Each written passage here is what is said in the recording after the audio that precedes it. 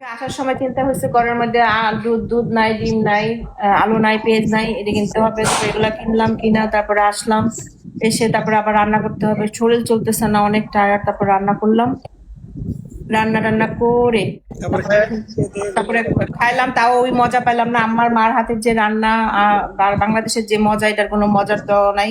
কতগুলা খাইলাম, খাওয়ার পরে পরে শুয়ে বসলাম। ঘুম ঘুম থেকে উঠে আবার কালকে আবার আব্বু কল দিছে বাংলাদেশ থেকে, কিরে কি করিস আম্মু?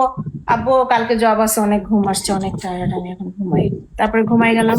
ঘুম থেকে উঠে তারপরে আবার সকালে কাজে গেলাম। তো কামলাগিরি দেই, এটাই মজা। তো এই সেম রুটিনটা প্রত্যেকটা বিদেশের মানুষ। হ্যাঁ, এখন পার্থক্য আছে, যেমন যারা ইউরোপে থাকে এবং যারা আহ একটু ভালোভাবে থাকে, তাদের হয়তো বা গাড়ি আছে, ওরা একটু গাড়ি নিয়ে যায়। যারা একটু মধ্যবিত্ত মিডিয়াম, যাদের গাড়ি নাই, তারা একটু বাস ট্রেনের জন্য ওয়েট করতে হয়। ওই আমাদের ওই যাওয়াটা একটুখানি তোমার ইয়ে। আপু আমি আমি একটু কাজ করে তারপরে আসতেছি লাইনে। হ্যাঁ, আমি লাইনে আছি, সমস্যা নাই, আপনি কথা না না, সমস্যা ক্যারিয়ার। নেই। না না, নো প্রবলেম। সো বিদেশ ইজ বিদেশ, বুঝছো? আমার কাছে ম্যাটার করে না কোন দেশে থাকো। আমার কাছে কি জানো, আমার কাছে কি জানো, বিদেশ কি হুম, জেলখানা। একদম একদম। আমার কাছে মনে হয়, আমি জানো ইসলাম, আমি যখন ফার্স্ট ইউএস, আমি যাক তোমার প্রশ্নের উত্তরটা দিয়ে নি। আমি ইউএসএ তে থাকি, মজা করলাম। লাইভ করছি, হোস্টিং করছি, একটু তো গল্প করতে হবে না? কথা তো একটু ঘুরায় বলতেই হবে। 1995 মিথিলা, সোজা করে বললে আমি কথা বাড়াবো কিভাবে?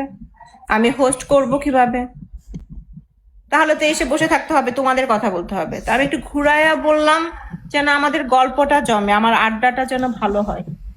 আচ্ছা কলিজা, তোমার এই প্রশ্ন উত্তর দেওয়া লাগবে, তুমি গল্প করো না, নিচের দিকে তাকাও কেন বলো। এই রাসেল ভাই বলতাম। আই শ্যামলী, আমি মিথ্যা বলছি? ক আমগো এইটাই না জিন্দেগি বিদেশে? ক তুই। এটাই এটাই। বলতে বলে বলতে যাও, ভাল লাগতেছে শুনতে, নিচে তাকাও। আহ, এই যে একটা জিন্দেগি, এই জিন্দেগির কোনো মূল্য আছে? আর বাংলাদেশের জিন্দেগিটা কি ছিল?